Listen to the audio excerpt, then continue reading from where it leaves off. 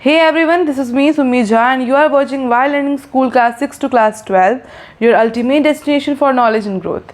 Guys आज के video में हम करने वाले हैं unit number 5 section number 1 young Sherlock Holmes जो कि क्लास 7 का चैप्टर है। तो चलिए वीडियो को शुरू करते हैं। आज हम करेंगे इसके क्वेश्चन आंसर्स। तो क्वेश्चन आंसर्स की तरफ अगर हम चले तो इसमें ज़्यादा क्वेश्चंस है नहीं, सिर्फ 6 क्वेश्चंस हैं जिसमें आपका फर्स्ट जो है वो MCQ ही है।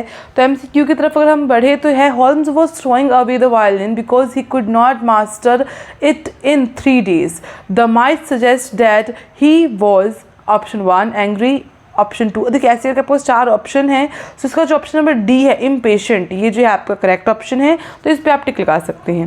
ना क्वेश्चन नंबर जो 2 है, क्वेश्चन नंबर 2 में जो है आपको जो क्वेश्चंस है वो ABC करके दिया हुआ है। सो क्वेश्चन नंबर 2 का आप पहले क्वेश्चन देख ले, how did Sherlock Holmes find out. तो ये क्वेश्चन का मेन वो है, उसने कैसे फाइंड आउट किया। हमारे पास क्वेश्चन पहला पूछा है कि the name of the newcomer. So newcomer का नेम हमको जो है वो पूछने को बोला है कि उसको कैसे पता चला, how did Sherlock Holmes find out. So answer is John Watson's mattress name tag said J ऐसे, तो आपको यहाँ पर डॉट है जो कि शॉर्ट नेम में लिखा जाता है, J Watson. Sherlock selected the most common name beginning with J. उसके बाद है बी जो है हमारा क्वेश्चन से पूछा था, where the boy came from, कहाँ से वो बॉय आया था। So Watson's particular style of shoes was not made in the city. Holmes had noticed it only in the north of England. Now अब क्वेश्चन नंबर सी था, what his father's profession was. So answer, Watson was carrying the Hunter Encyclopedia of Diseases, which is a book only available to physician. Since Watson was too young to have gone to a medical school, Holmes assumed it must have been given to Watson by an older person who was close to him. Now question number D, question number 2 का ही जो है D part है, what the boy did in his leisure time. So answer, the middle finger of Watson's left hand had a close, which is common sign of a writer. Now question number E, यानी question number 2 का E part, that the boy was fond of custard tarts. So answer is, there was a stain of yellow custard of Watson's collar. That particular color was used in making custard tarts. ठीक है।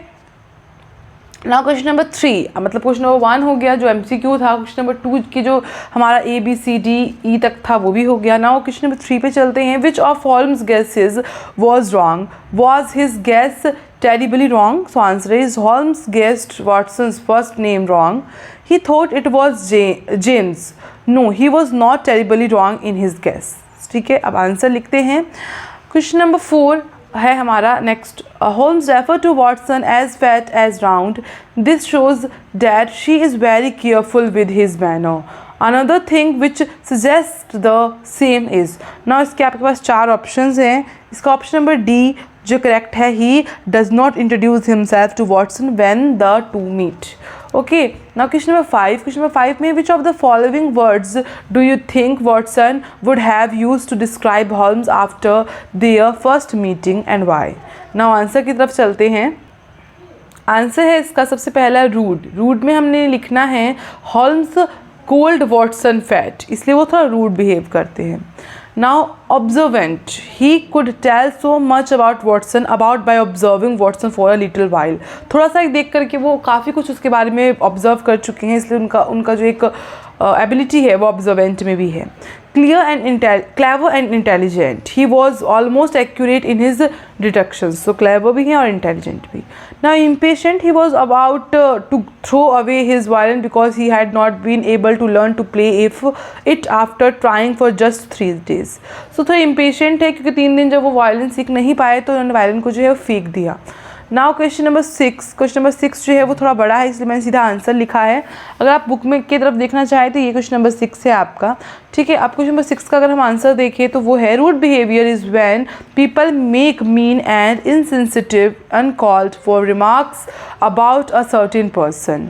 अब 2 example देने हैं rude behaviour का। तो सबसे पहला है, someone mocking a person who is disabled, the person should have been sensitive to the needs of the disabled person.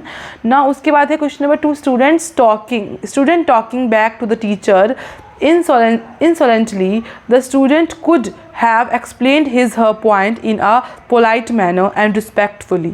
ठीक है, तो इसी के साथ हमारी जो क्वेश्चंस का आंसर है वो कंप्लीट होता है. यूनिट नंबर 5 का सेक्शन नंबर 1 हमारा कंप्लीट होता है. Hope you like this video, hope you like this explanation. If you like this video then like, share and subscribe and also comment on this video. So मिलते हैं next video में, तब तक के लिए जय हिंद, वंदे मातरम.